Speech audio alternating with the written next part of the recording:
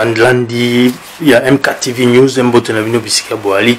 Merci pour notre temps où vous avez fait pour nous la vidéo. Et ça, bon, Moussal Nabino MKTV m'a dit qu'à le bata noir, Pembe le Kola Madiaba, la voix qui crie dans le silence du désert. Alors, tu es tout solo landé, tu mets ça dans le solo la chaîne Nabino MKTV News. Boebi kaka eza chaîne esika ya tente na milute vérité na vérité da bit kaka moko bana ya Congo nyonso baye bana kotelema mpona ba droit na bango jeunesse congolaise et bana kotelema mpona na futur na bango toza naza moko ya voir molobeli na bino to kolobela la bino to ko encourager bino to ko motiver jeunesse congolaise et bana ko se prendre en charge et bana kotelema po na développement pour na changement total ya vie sociale ya ba congolais et ça pour intérêt ya ngana yo alors to kende na lombangu to solo là comme d'habitude to beta mama solo na ebi ke mikolo et l'équipe vraiment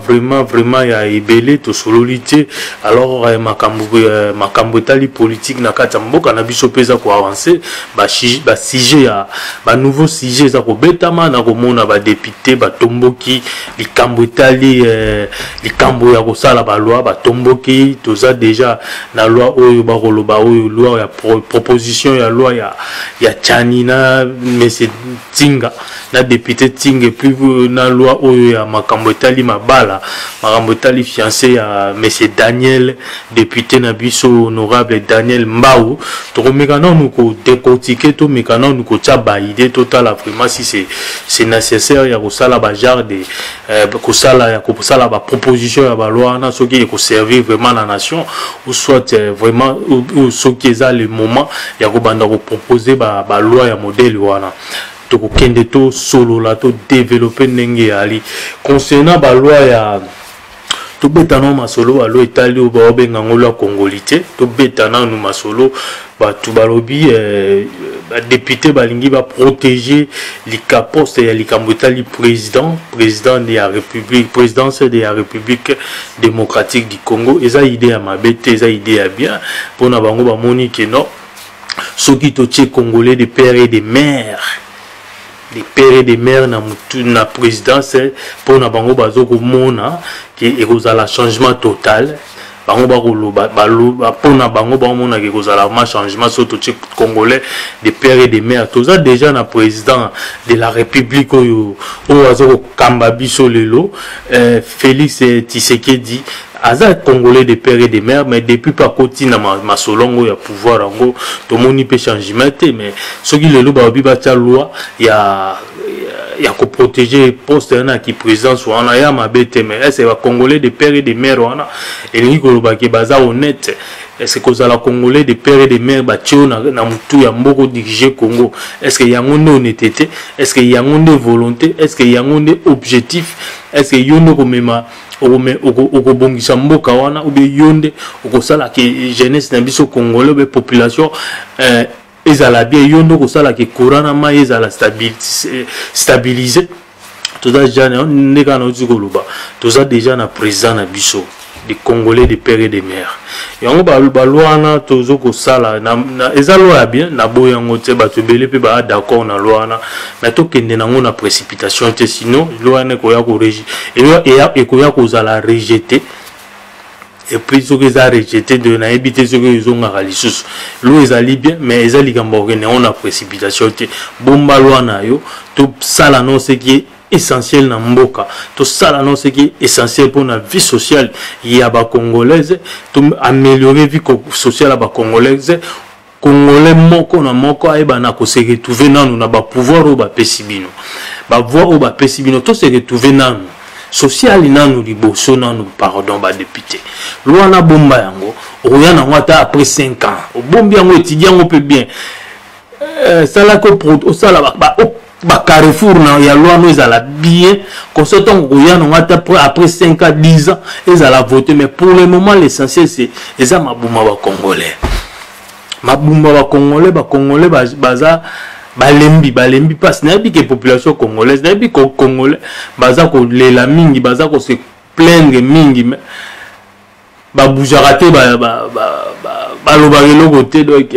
batombo karaté mabende ya mwana mais baza les premiers à se plaindre pour na passe les premiers à se plaindre pour na maille les premiers à se plaindre pour na courant mais malheureusement tous se plaindre mais tous tomboka te tous se plaindre gars mais tous tomboka te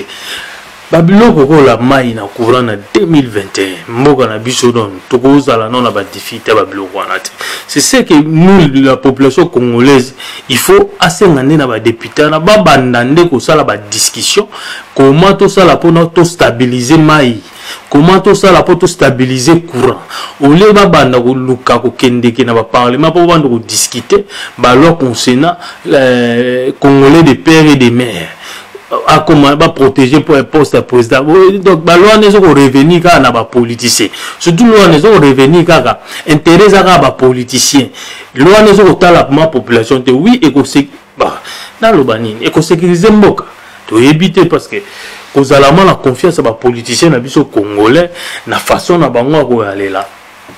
Le loi taso do balobi le lo so tondimi le lo ba cha voix proposition le lo ba votant ou l'écrit. Attention qu'il y a les sociaux salami qui Félix Tshisekedi a été tout juste congolais président congolais monsieur de père et de mère. Est-ce qu'il y a une marque sécuriser vie sociale à Congolais? Est-ce qu'il y a une marque stabiliser dans le courant? Est-ce qu'il y a une marque sa maille dans Congo mobimba? Est-ce qu'il y a une marque sa lumière dans Congo mobimba? Oya mboka, ata oya fon wana. Korea. Est-ce qu'il y a tout ça déjà na mwa za ko tepa tepa. Il y a pas ça Congolais de père et de mère. To yebi papa na e, to bi na bates na e,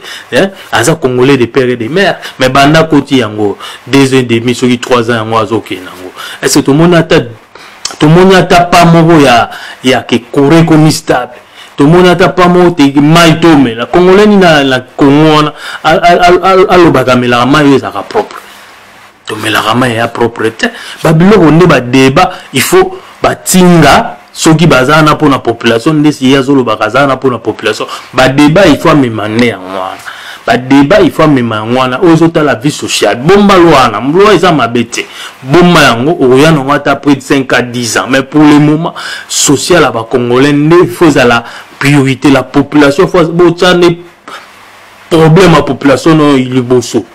botano liboso bo banda ko résoudre yango s'il vous plaît parce que population ils se comprendre population peut bouger rater na habiter population na biso et si les karaté tombo karaté même bazo ko lela même ba tombo karaté problème ne ngwana boleli bo tombo karaté yango ba politicien ba zo ba cas essentiel ba cas le plus important ya ba ya o tellement population ba zo ngo ba chango na sima ba bimisa ba biloko moko ba sous couvert na éviter pour faire endormir la population congolaise ou bien ça parce que bah ni bala ça que non vraiment aujourd'hui les lones to comme ba politicien to comme ko proposer ba loi moko boye d'éviter sur les intérêts à la population. En tout cas, loi est bien, mais ce n'est pas le moment pour sécuriser la vie sociale à Congolais. Après avoir sécurisé la vie sociale à Congolais, nous avons la loi. Pour ceux qui désordent la vie sociale à Congolais, les ventes familles n'a point d'oreille. Tant que les boumous à Congolais, on en a la bino bocha ba proposition ba loi. Bébaké. Président on attend à Congolais de père, pour tous ça déjà na Congolais de père de mère. Akoyaka na système à corruption parce que les boumouya ba Congolais en nzala. Il faut qu'on résout des problèmes ya nzala ya Congolais. Soki to ban soki bino ba politicien ba député bo réussi qu'on résout des nzala ya nzala problème nzala ba Congolais population azate ke ala muka bando cancelo ko lia akomi ko cancelo mususu nde population na akoma difficile à corrompre. Population na bando ko voter binoté pour yeli polo yeli sakomba loso yeli kola masango kola fufa bando voter sur bongoti mais le loso la population va pesa kabino ba voir pour pesa ke $10 pour pesa ke polo pour pesa ke sakomba malobe ya loso sakomba madeso eza pas juste eza justement pour population za na nzala population za na nzala za facile à corrompre et on voit même tellement nzala eleki makasi aza ko comprendre mais aza na nzala aza même pas na force ko tomboka population asili force ko tomboka nzala eleki makasi mais aza ko se plaindre mais force wana ya ko telema ya ko tomboka eza esuté parce que nzala ya makasi bino ba député bo banande ko stabiliser ba biloko wana ko améliorer vie sociale ba congolais na congolais moko na moko se retrouver to respect kota ki bomoto congolais zonga po bayeba na ko comprendre ba loi obo bando ya na ngoto banda ko comprendre ngoto sosola yango mais faut to boya na ba loi oyo congolais na nzala amona ga bo sa ba vantina yango wana to lo senga na bino eta ke molobeli ya population congolaise to senga na bino loi na bobomba yango bo ala précité bobomba yango la politique eza la politique ba précité so za na ba minduki no za na ba cartouche na ko za la presse ko bimisa yango te parce que soko bimisi le lonyo so ba cartouche no nyonso boye et bimisa ngo lobi ozanga parce que ko na boro ane l'équité et sili eza boro bien eza proposition bien mais ozande pressé au kende na ngo zala calme zala poser to bandana na biso na bino to bandana ko créer ba emploi to banda ko stabiliser social ya congolais mabunzala esila na mboka après mamba balona to ko kende nango malembe parce que mboka na biso za tout à refaire to ko banda ko brûler ba itapité simbate et simbate mbande ko na bola on eza ko o ba osala ne ba o brûler ka ne be tape et simbate pour mboka za tout à refaire bo bandaka ko bandela ko tonga mboka na balwana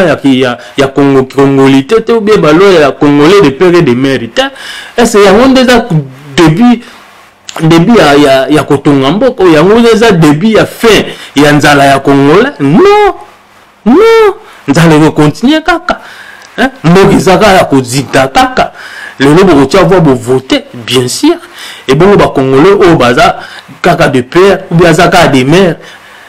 au bazala ba moyen pe ba na volonté ya ko sala na mboka o ya koli ya o mboka o epesi nyonso bato wana nyonso ba la pénaliser ka pona loana aussi longtemps bato wana pe so ba na ba moyen na bango et ça la qui peut lobby so ba contribuer ba moyen na bango ba effort na bango intelligence na bango sagesse na bango lobby via congolais stabilité sociale en mboka pe bongi parce que tant bino déjà beaucoup mi ko flasher ba biloko bato wana ba koma na réserve so ba gi na posa ko banda ko bimsa ba mona bango pona ko avancer mboka ba ko za na réserve ba ko za ba mbona bango ba ko tshongo na stand by ba tshongo na stand by te ba tshongo na stand by ba bi ngana na congolais ka ya papa ou bien ngana ka congolais de mère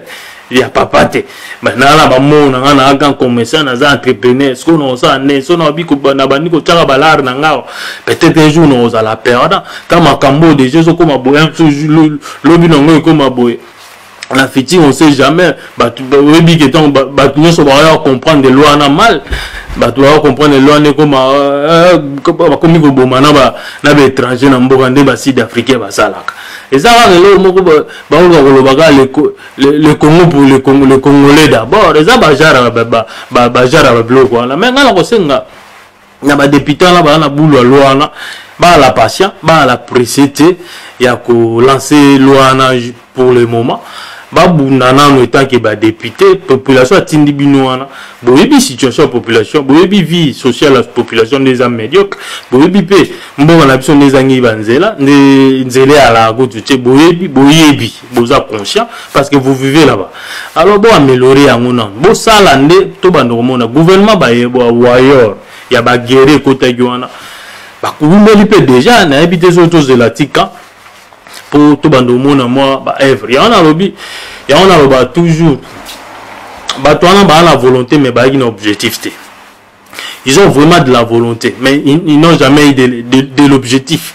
ya on a loba c'est pas la volonté qui mène à l'objectif mais c'est l'objectif qui donne la volonté donc ba toi na la volonté mais bazana objectivité objectif exact ya on zo mona ba te paté parce que objectif est réalité quels sont leurs objectifs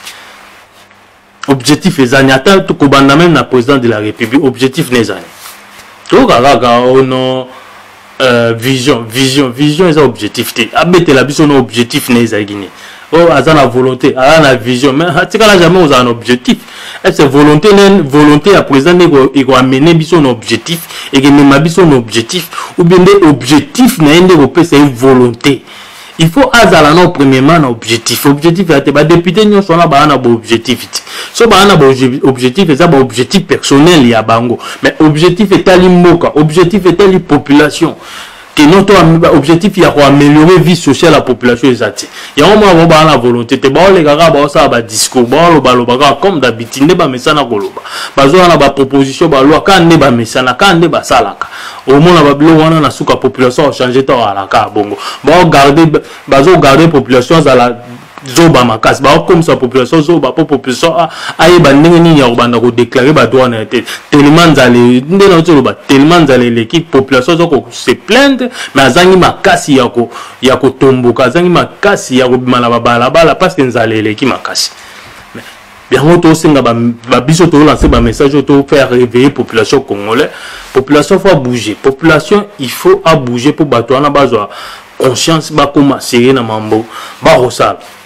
Ce qui est na loi ya messe na biso ndesi bango batomboki mikolo na ba loi na bango kala mingi to boyoka loi mususu oya so na ba loi na ba mususu yango bibe lobi so kansi oza maele kebo oza zoba oza nde liboma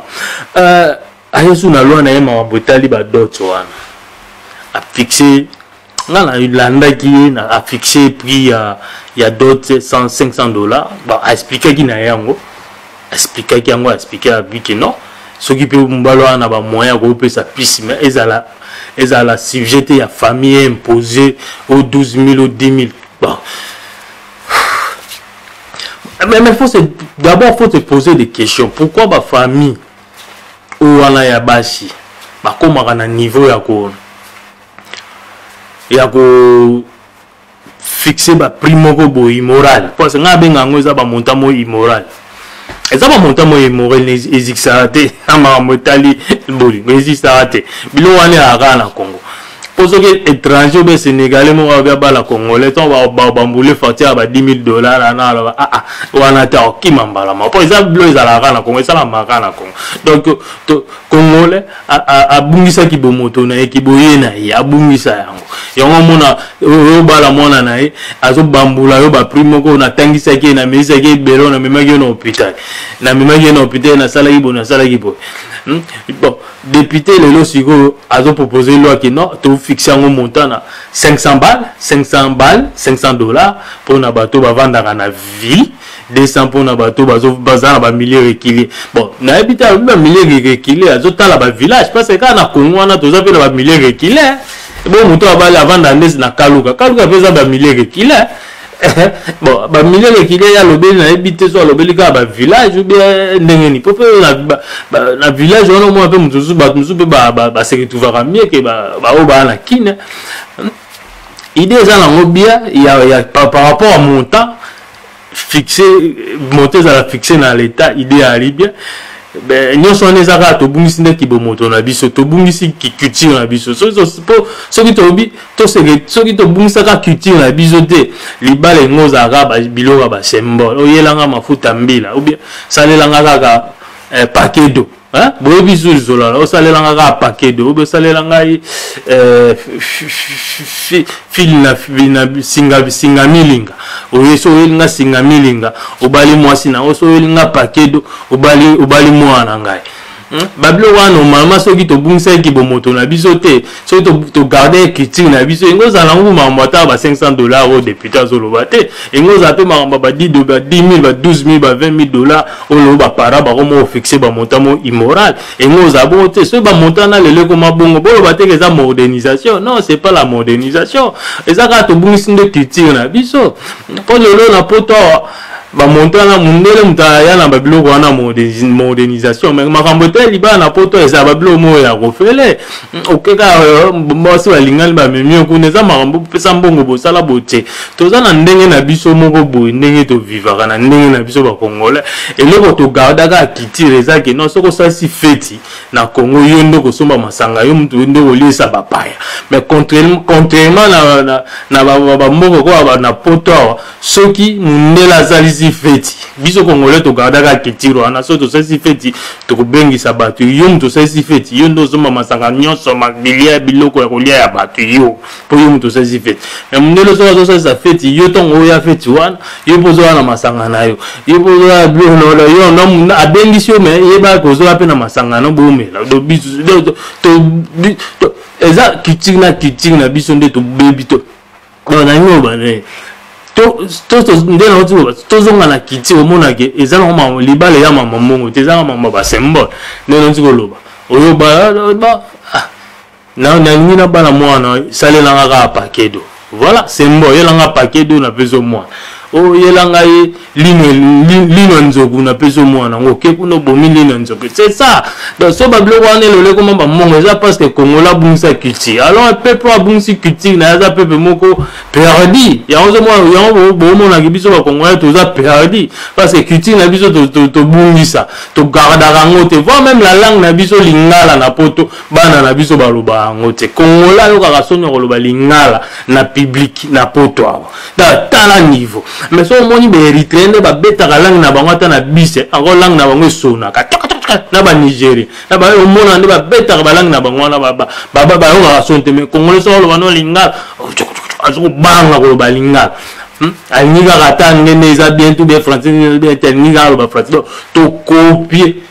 mindele na 100% mundela ebi ke non les Congolais ba copier biso na 100% de culture na bango ici et donc culture ya un peu pesant qui bomota peuple wana donc mundela ya kaka pona kolonga bato wana to longola bango ya culture na bango ba longola biso culture ba bandana na ba bible ba biso ba bible ya biso ba beza mabe ba pesi biso ba beto ya bino za arabiente ya tina suki na biso ba bike no suki na bino za makasi bo wando ko defriser to bandi ko defriser mundela sala genyo africain ayina na suki na ye abanda ko defriser yango mundela sali ka africain ayina na couleur aposone abanda ko pakola ba yombo ba bio ba biloko mo ebeli donc to bungisa ki bo moto yango zo mona et même biso siko na ba biloko wana ba mariage et comme ba mbongo ebele ata député peso ka ikala mama mongo wana ezaka ndenge moko eza la 500 eza la $100 mais zambo problème ezande soka asali biso recours pour pas retour asali biso recours à l'authenticité to bandande ko ba famille ba bandande ko senga ba symbole ndenge ya liboso wana ça va mais so eza na ka mama mongo tikana et puis azolo ba makambu ya mandat ya kifiançailles une année renouvelable une fois. Et là, en tout cas, j'avais vraiment eu du mal à comprendre ça, à digérer ça. Parce que Bolingo, non, et c'est l'eau à batumi balé. Et puis c'est l'eau à monter. Tout le monde a monté mes arts mystérieux. Parce que tout ça, histoire, tu peux mis Boma pour la Bolingo, Boyebi, mis Diembeka Singa. Boyebi, donc Bolingo, ça, bilo moko ya kosala na ngote. Soki lelo l'état comme koluka ko kota ba Bolingo batumi balé. Et causamment moi pas si mais exact que il faut vraiment que débattre proprement fiancé et comment et le état civil oui c'est vrai mais mandat une année renouvelable c'est impossible donc ce qui aujourd'hui moi là tout fiancé reconnu comme un état civil pour vendre une année alors na une année vendre na wana bo raisonner na bien na zo ko raisonner vrai na zo ko raisonner kaka. Donc na ina novena mwana na yo mubalo ko isino ka na makokite okosino ka na makokite ya kobala mwa shwana mais l'été pesi sous chance donc on renouvelle on zo une année on renouvelle on esa chance à l'été que pesa c'est leur proposition là na et pesi sous chance wana o bandi zo une année msusu esimbikati poto yebi esimbikati bon siko zaika na manda moko faut renouveler une fois. Alors il faut ça là il faut ça la glissement dans un bâtiment il faut qu'il y ait sur la glissement ou ça la nengeni on a habité ce qui ça la dialogue ou ça la glissement le bapé c'est option na proposition ya loi na loi ya dernier ba option exacte donc une année renouvelable une fois donc on a deux ça la totalité des ans 2 autres qui carte est-ce qu'il faut ça la glissement ou bien le dialogue voilà ou bien après si c'est une option c'est-à-dire automatiquement aux assuns na doit bala moi moi sur na te des aussi déjà des amanda na oko quitter cette famille yo na moi c'est nesi siko soki moi na moi sur na bolingo ya la kana yo pe bolingo za na moi sur mais na 2 ans na l'état pesi yo mo makoke zo mite po bala et siko ba salani l'état kaboli bino le kaboli bino mais moi ça lingi yo kaka yo bolingo ga moi sur po bolingo nyoso ba nyoso balingana te ka po mbongo ya li balingana te ka te po un jour basala mariage su balingana kala po to mona pe to mo eloko pa zo bosa na kino ko bala pe le mariage yango pe bali inana après pe a divorcer a boyo la ba blo mususu ya bolingo ga blo ko tala blo ko loba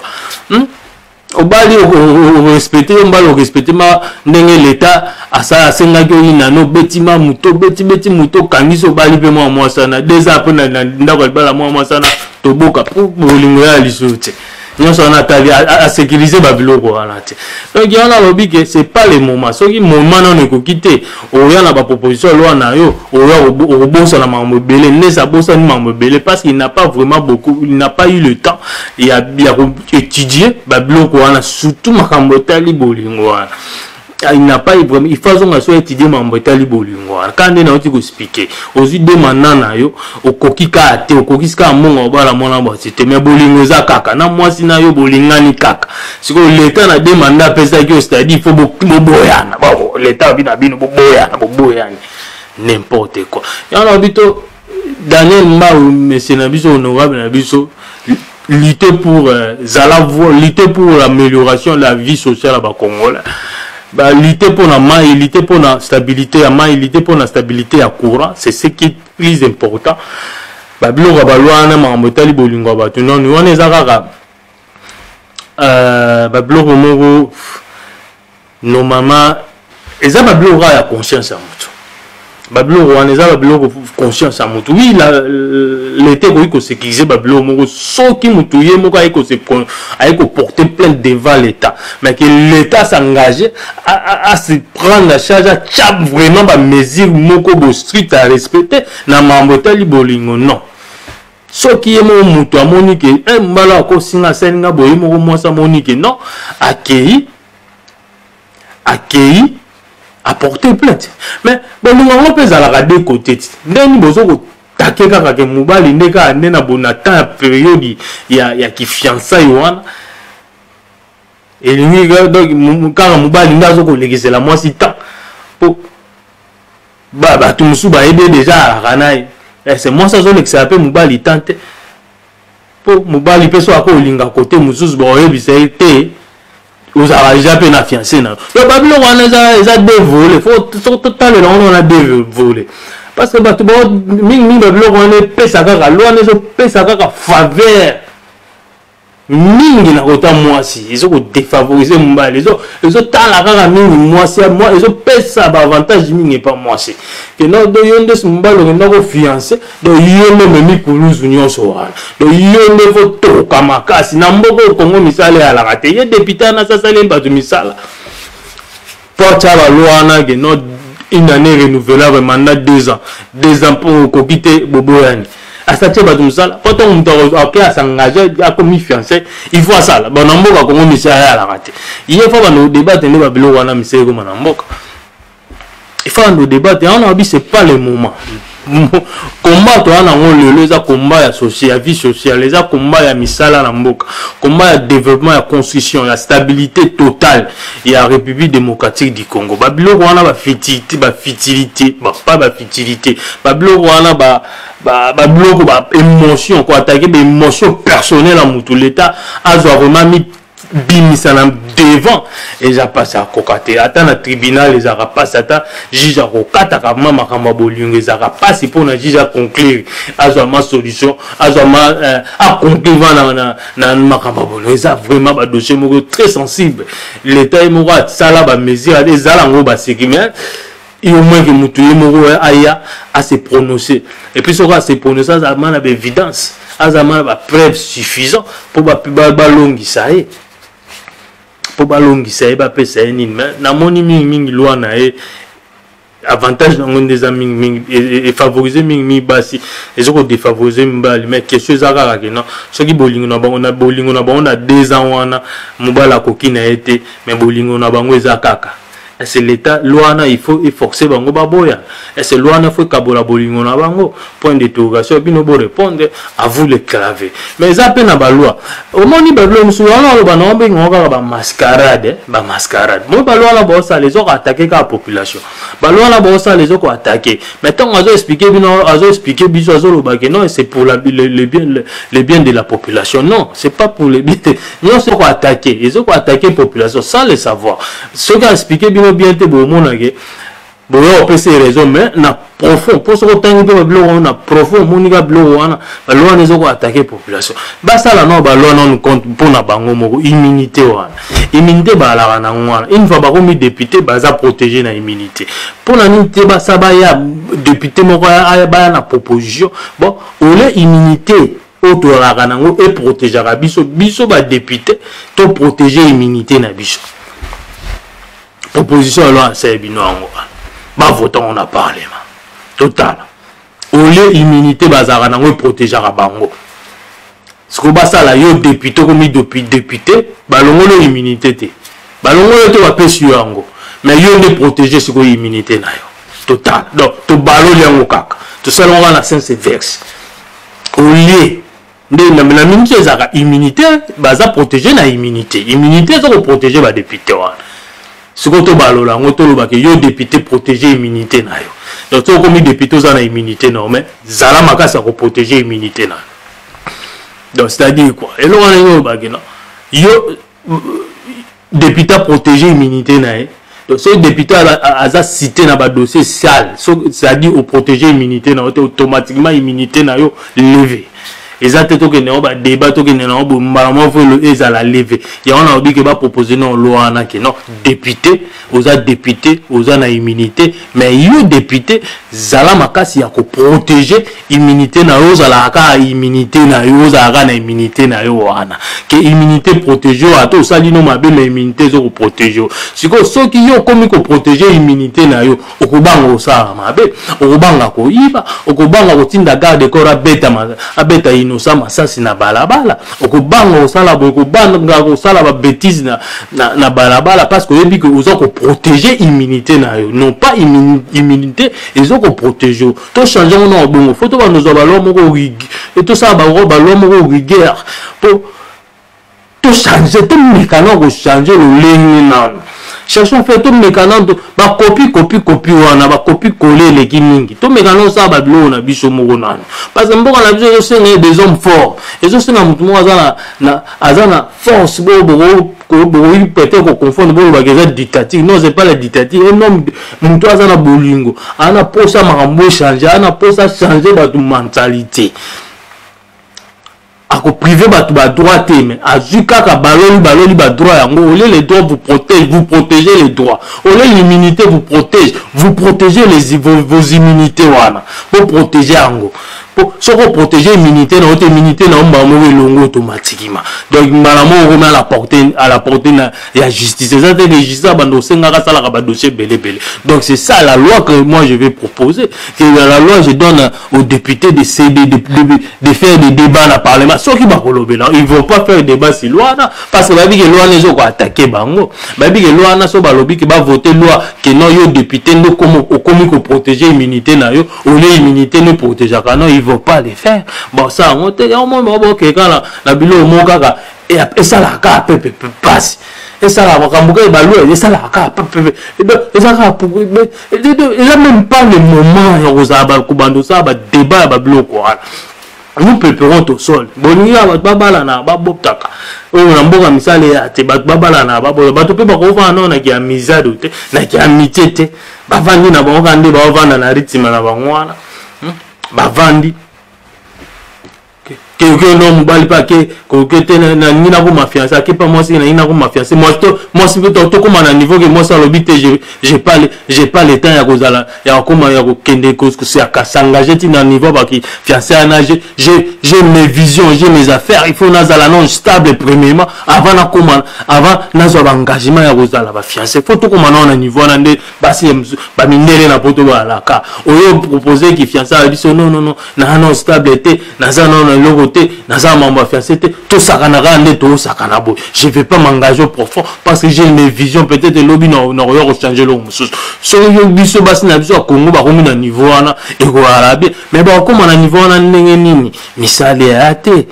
il y a des femmes intelligentes, des Congolaises, des filles congolaises intelligentes. Na Kinshasa, na partout, na Congo, Bali. Mais misali réalité, il y a commis à la portée des garçons, des garçons barbares. Oh, moi 10, moi 10 dollars, moi 20 dollars, moi na semaine, na simba, moi loko. Ma fille est intelligente, kabaka commis kabanzo de pas garçons parce que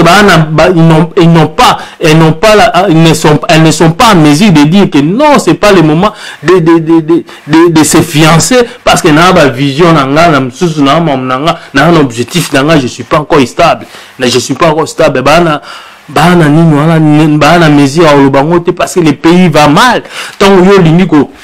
constat la biloko wana ko coincer bato ba bala na te chercher seulement faire du boulot créer de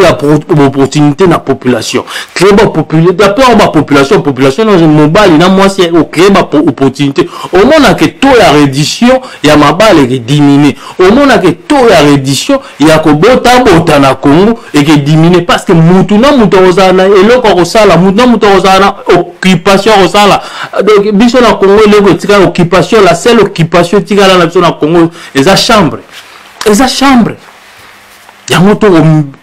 donc nous préparons au sol il y a un autre pour peupler le sol ya Congo occupation de tika la ngwana nous sommes pas en mesure de dire que c'est pas le moment, je suis pas encore stable. To kendeka moi ça zo kendeka parce que a choisi 10 dollars ne sunga ya so mamai 10 dollars ne sunga so bakura 10 dollars ne sunga a so maman li papa so maman kabelo a tama crédit na phone ata maele ateka niveau mobile niveau na été aza conseil mbala na niveau na été mais monsieur exact 10 dollars et mana poche mbala wana magemba la niveau na été mais 10 dollars wana mana poche mbala na za niveau na ya posa na ngo donc probablement wana si la chose na posa na ko coincer batuba bala série na mobala la série tant on la prochaine fille c'est créer une opportunité donner les occupations aux gens au monde. Au moins, donner les occupations. Donc, on peut savoir l'occupation, bateau de mariage, bateau ya bateau ya qui prostitution na bala. Nous sommes qui automatiquement. Vous avez ça miracle. Et on a temps vous taper mal, tant les débats députés na biso bazo ko taper carte mabe, ba éviter personne na ko simba pour le Congo et bouger. Ba éviter baza ko taper, baza ko tâtonner. Parce qu'ils n'ont jamais eu premièrement l'objectif. Faire une proposition de l'ONU, la sagesse, on ne peut pas seulement diriger un pays avec l'intelligence, il faut aussi de la sagesse, Bateau, nous sommes dirigés par le pays, le roi, le président, la Bible, c'était pas la sagesse. Il y a un sala dans la campus, nous diriger la sagesse. Diriger un pays, c'est la sagesse. Même Joseph a dirigé l'Égypte, c'est pas la sagesse, ça parle la sagesse, a dirigé l'Égypte, il n'y a pas l'Égyptien, mais a dirigé l'Égypte, l'Égyptien va se retrouver tant qu'il y a comme un premier ministre d'Égypte, Boïbi solo. Donc, en bref, on a dit pour comprendre le loi, on a coincé, kende ko s'engager na mamalbala alors babilo wana za poso ko songote bongote eza na mécanisme mususu ko sa babilo wana sa même moloba yango mo wekiti bato ya ko bota na sa même moloba yango mo kiti mais yeba mécanisme ni ça na pesota eloko albosse za créer les emplois bato ba ko mana occupation mutu nyoso bia lamu na tonga quelque part Exactement, nous sommes là tongo. Akepa na kepa mbali nanga,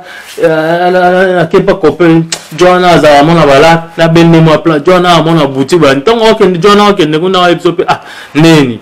Otanami to ozwate. Petit pas tanami na faut pas pe bourou urondo kaba. Ndespa yebike Joana jeune on a des blagues. Azana mo cabine à téléphone à teka ba perdre téléphone alongola ta va piquer. Non bablo wana so pose do pesa batuka ba occupation. Romona occupation kaka misala bilo wanyo so ikita kinumbe ki dimine kinumbe sila wanyo so te kinumbe za conscience bamsu basala kinumba parce qu'alingi ko sala musu pa lingi asala ngo eza parce que manque de moyens abi ke loso na so sala ngo na tanda so na kokisi mo ala mo no bino tika comprendre donc so pe na kongo misala sala za ba fie belé ba kota misala salami bino gouvernement ba député ba gouvernement ba créer ba boulot ya fait belé ba sala ki numa batik ya ba fait belé ba kinda ko lela pas ba jeune garçon na ba kutika ba belo wana ba kendete parce que du boulot avant de kindo sala mo boulot moko wana essayer de donner la population pas essayer mais faire des choses pas population qui bino na pour créer ba emploi clic bon look au lieu de commencer à faire des lois pour chasser les étrangers bon ça la ba loi pour ben na ndebe étranger ba ya. Parce que le Congo a la pose au investisseur, entrepreneur, non, il faut pas non Liban, n'a pas bien moi les autres en abandon qui basala à côté à compter, bah Liban, mettons bon ça ba loi marque wana. Attends bon d'autant, tous la non loi na ce que l'équipe trop yate. Batona nde ba ko créer ba boulot, batona nde ba ko créer ba boulot na mboka, bokitisa ba taxe. Bokitisa ka ba taxe na bango ayo créer ba emploi à se retrouver bo créer ba champ ba bisika ba sala bilanga donner les emplois ba biloko belé ya mboka neza vierge et ça ba biloko bilanga ko pesa misala hein ezali ba bilanga pesa misala ba misala belé to ko sala na ba bisi lolo ba président sombra ba biso ana et ces compagnies en nettoyage ba biso ana ali mais c'est ça aussi bo sombi ba bis bo créer ce compagnie en nettoyage donc bo créer compagnie nettoyage et sur la babi sur le monde pour engager badumzu na msala bazu occupation moko wana